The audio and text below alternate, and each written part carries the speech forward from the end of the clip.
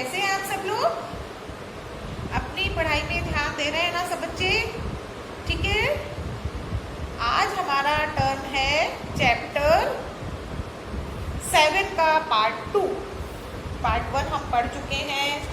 अलग अलग साइंटिस्ट ने अपने अलग अलग पीरियोडिक टेबल के लिए अलग अलग व्यूज दिए हैं, किस तरह से एलिमेंट्स को डिवीजन किया गया है एलिमेंट्स का। अब हम आज पढ़ेंगे मॉडर्न पीरियोडिक टेबल। ठीक है।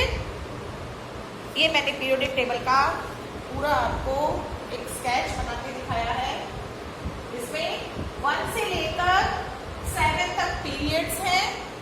7 पीरियड्स होते हैं इसमें, और आपके ये ग्रुप्स हैं 1 2 3 4 5 ऐसे करते करते 18 ग्रुप्स है इसके अंदर। ठीक है।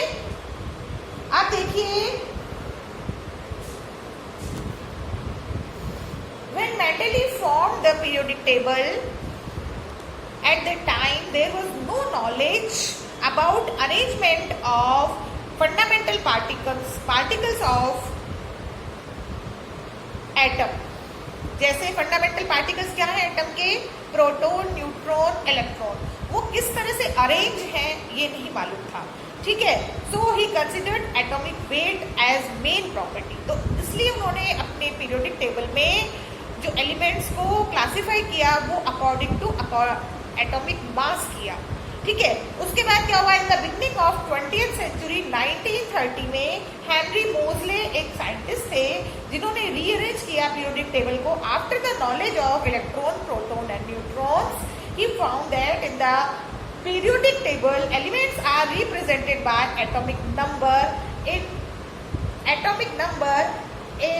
a much better way than compared to atomic weight। जो पहले एटॉमिक मास या एटॉमिक वेट के अकॉर्डिंग उनको रखा गया था टेबल में, अब उन्होंने जब इलेक्ट्रॉन, प्रोटॉन और न्यूट्रॉन का अरेंजमेंट उनको मालूम चल गया तो उन्होंने एटॉमिक नंबर के अकॉर्डिंग इस पीरियोडिक टेबल में एलिमेंट्स को रखा। ठीक है।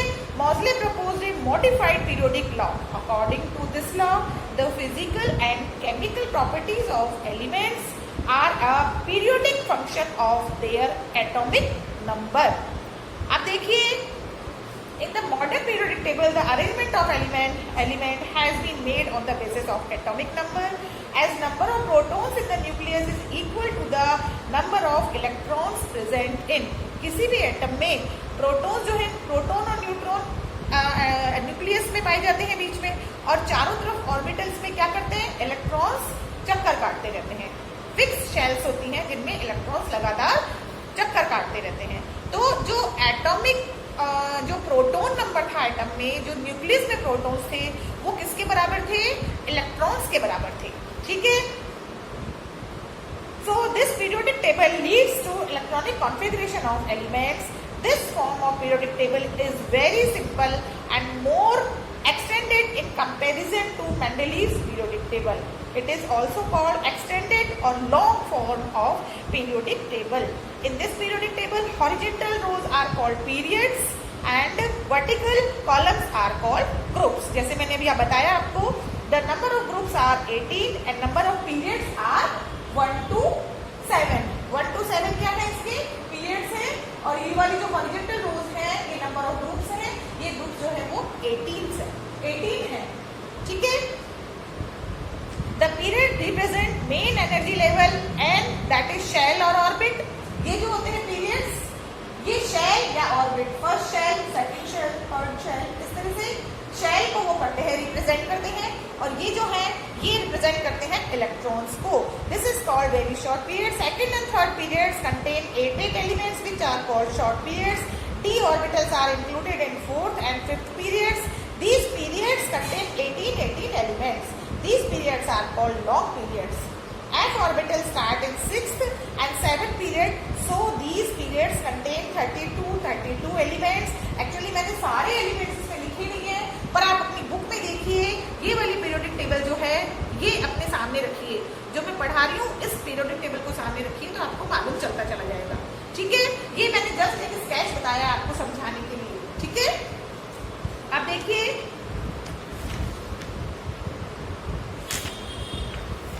these are are called very long periods. One parent element of F block is known as periodic table, while 14 elements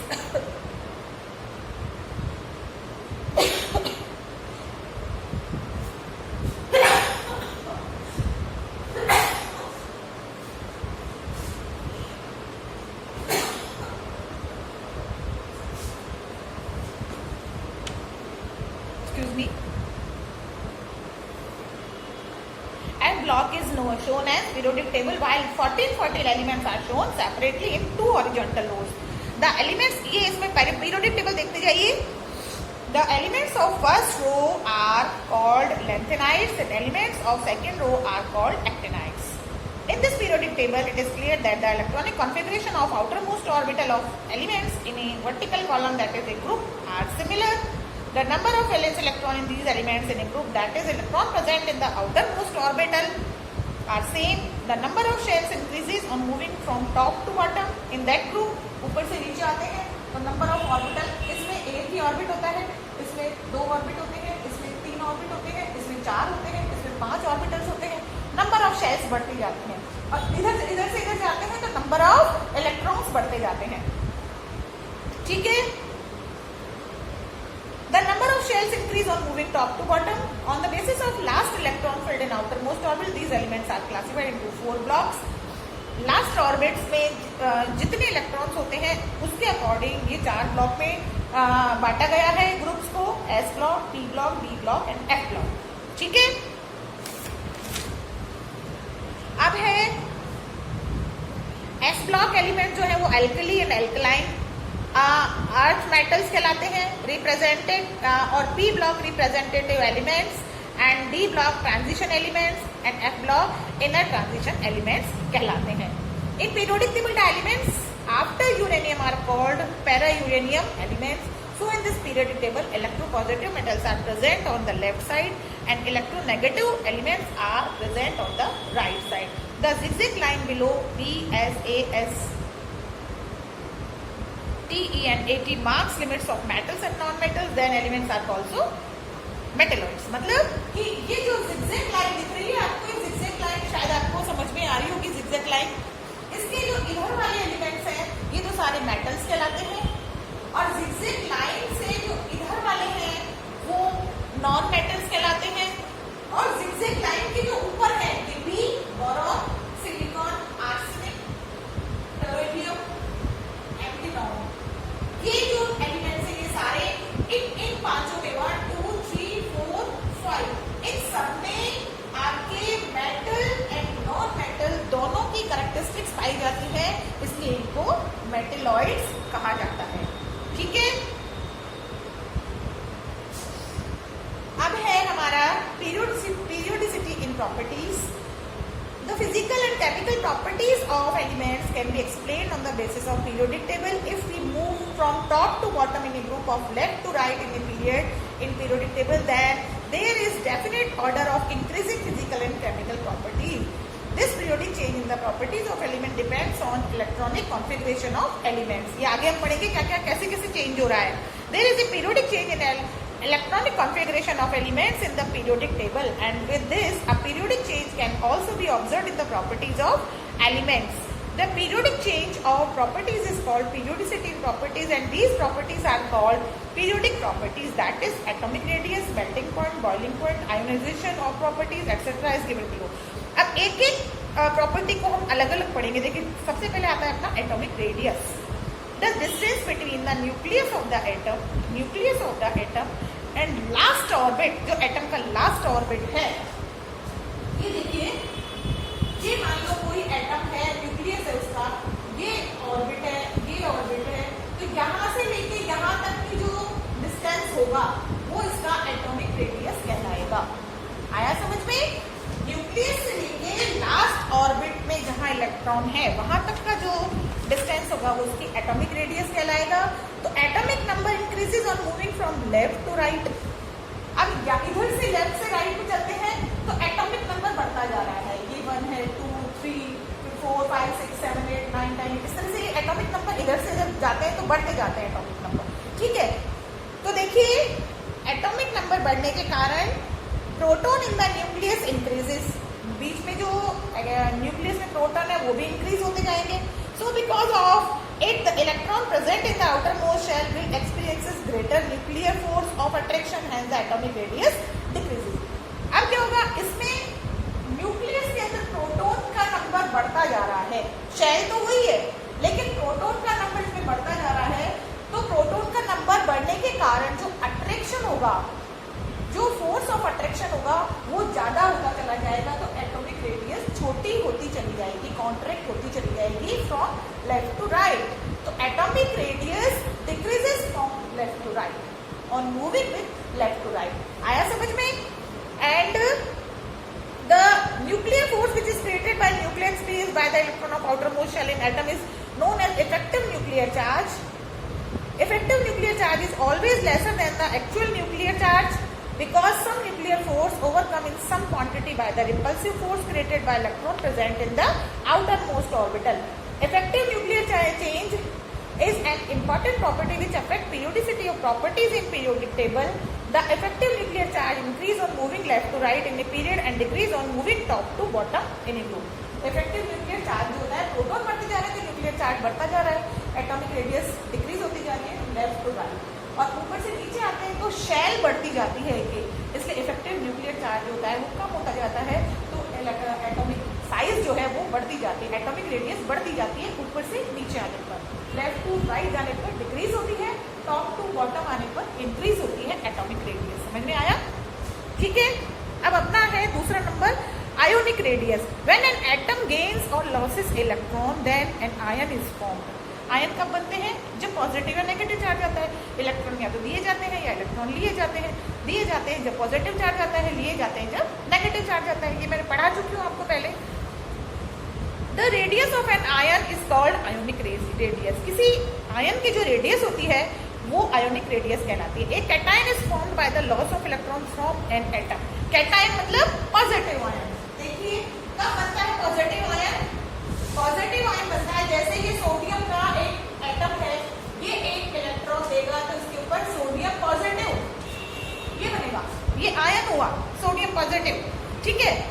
अब during the formation of cation outer most shell is completely removed. अब क्या होता है कि sodium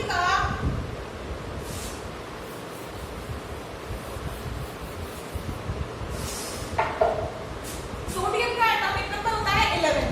तो sodium का atom का हम बनाएंगे तो इस तरह से बनाएंगे 2 फिर 8 और लास्ट ऑर्बिट में 1 इलेक्ट्रॉन. अब जब के एक इलेक्ट्रॉन को किसी दूसरे एटम को दे देगा तो ये वाली शेल कंप्लीटली रिमूव हो जाएगी. रिमूव हो जाएगी ना. तो क्या होगा? क्या होगा? कंप्लीटली रिमूव होने की वजह से इसका ये एटॉमिक साइज छोटा हो जाएगा. एटॉमिक साइज छोटा हो गया ना, एक शेल पूरी रिमूव हो गई तो एटॉमिक साइज छोटा हो जाएगा. तो then during the formation of cation outer most shell is completely removed because of loss of electron and atom, hence the effective nuclear charge experienced by the remaining electrons increases due to which the size of cation decreases. Hence we can say that cations are always smaller than their parents.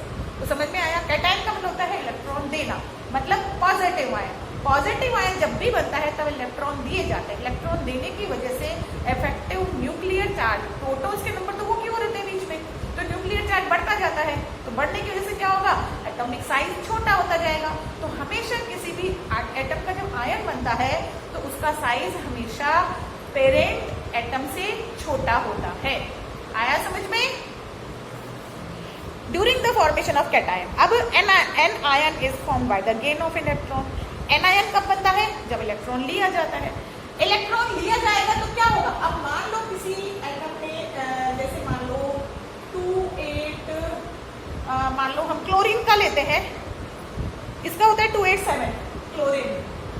Chlorine जो होता है इसका होता है 287 2 8 और last orbit में 1 2 3 4 5 6 7 electrons है.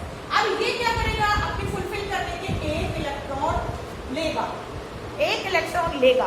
एक इलेक्ट्रॉन लेने की वजह से क्या होगा? इसका इफेक्टिव न्यूक्लियर चार्ज कम हो जाएगा ना, क्योंकि इसका इलेक्ट्रॉन तो बढ़ गया है लेकिन प्रोटॉन सेम है. तो न्यूक्लियर चार्ज कम होने की वजह से इसकी क्या होगी? साइज बढ़ जाएगी. इसलिए एनायन जो होता है हमेशा अपने पेरेंट एटम से हमेशा छोटा होता है, ठीक है। Anion is always smaller than its parent atom, ठीक है।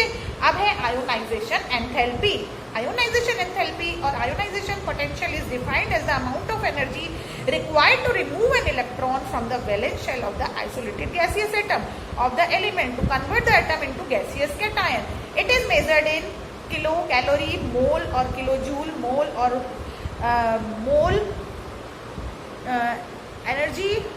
Since the energy is required to this process, so its value is always neutral atom plus ionization enthalpy is equal to cation.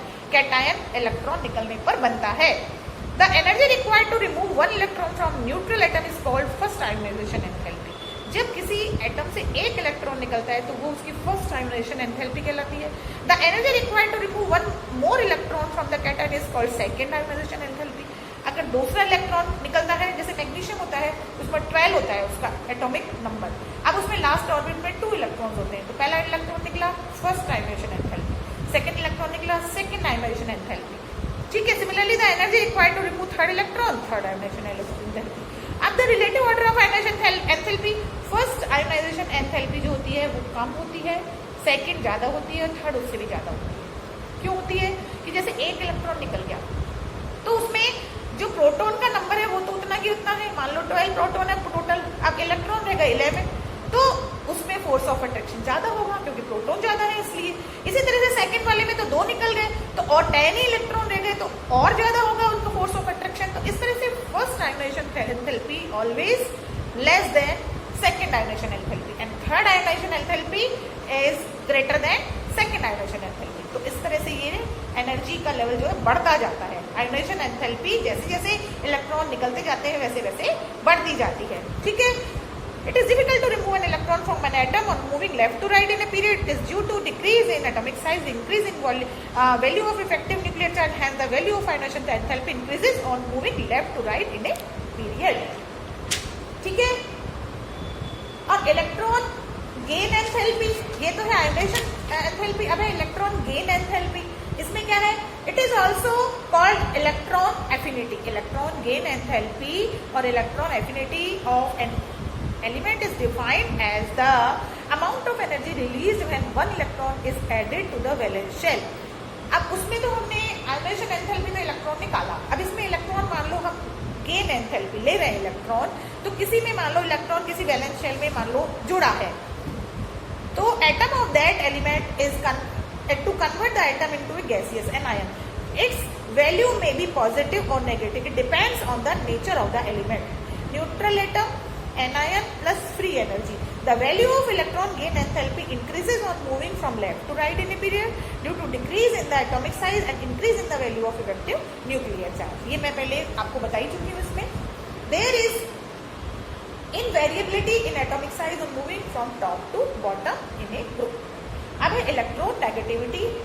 Electronegativity is the property to attract shared pair of electrons in a covalent bond formed between two dissimilar atoms. मतलब electronegativity is the property to attract shared pair of electron. Electronegativity जो होती है वो होती है कि जब shared electron को अट्रैक्ट किया जाता है in a covalent bond formed between 2 dissimilar atom, 2 अलग अलग एटम्स के बीच में, 2 अलग अलग एटम्स में जब इलेक्ट्रॉन पेयर को शेयर किया जाता है तो वो इलेक्ट्रोनेगेटिविटी कहलाती है। It is relative tendency of an element. The value of electronegativity increases on moving from left to right in a period due to decrease in atomic size.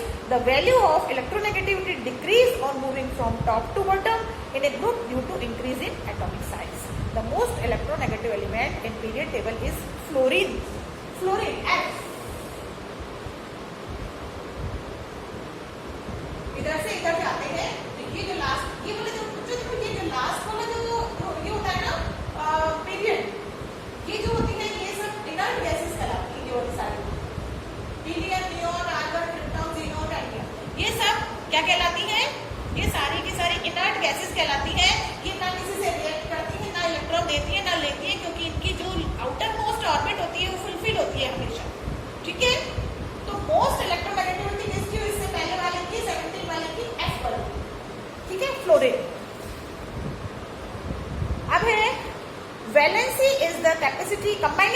वेलेंसिटी of any element. ये मैं पहले वाले chapter में पढ़ा चुकी हूँ। Valency क्या होती है? जो आउटर मोस्ट ऑर्बिट में जितने इलेक्ट्रॉन होते हैं, जितने इलेक्ट्रॉन देने होते हैं या लेने होते हैं, मतलब कंबाइन करने के लिए जितने इलेक्ट्रॉन देने या लेने हैं, वो इसकी वैलेंसी कहलाती है। The number of electrons present in the outermost shell of an element determines the valency of that element. This property is explained by electronic configuration of elements. Generally, valency is the number of hydrogen atoms or half the number of oxygen atoms which combine with an atom of an element. All members of a group show same valency because electronic configuration of their outermost shell are same. मतलब groups जो होते हैं ना, groups, ये तो periods है, ये groups है। तो ये जो ग्रुप्स जो होते हैं, ये सबके सब वैलेंसी सेम शो करते हैं क्योंकि इनके आउटर मोस्ट ऑर्बिट में सेम इलेक्ट्रॉन पाए जाते हैं। और there are 1 and 2 electrons in the outermost shell in members of group 1 and 2, that is in S block respectively. The valency of P block elements, that is group 13 to 17, is obtained from subtracting number of electrons present in the outermost shell from 8 or number of electrons present in the outermost shell. Generally, the valency of group 18 is 0. The valency increases from 1 to 4 and moving from left to right in a group period and then decreases. If element combines with oxygen, the valency increases from 1 to 7. Besides this, D block elements, lanthanides and actinides represent more than one valency. It is called variable valency. This is a specific characteristic of element of this group. मतलब एक ये इस group की जो valency होती है वो more than one, मतलब चेंजेस भी हो सकते हैं इसकी वैलेंसी में, इसलिए इसको इसकी स्पेसिफिक प्रॉपर्टी होती है ना, oxidation state is used in place of valency. According to electronegativity, the number of electrons or change which is gained by an atom of any element from an atom of any other element is called oxidation state of that element. ये oxidation reduction पूरा मैं पहले भी आपको पहले वाले chapter में समझा चुकी हूँ। अब है एटॉमिक साइज।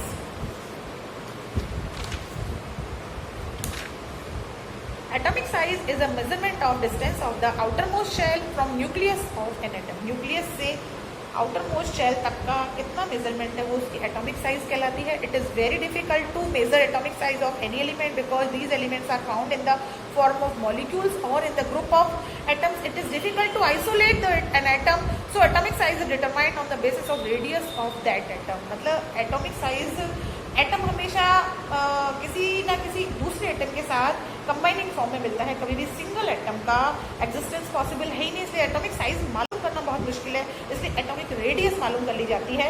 अब देखिए किस तरह से मालूम की जाती है। There are 2 type of radius, covalent radius and van der Waals radius.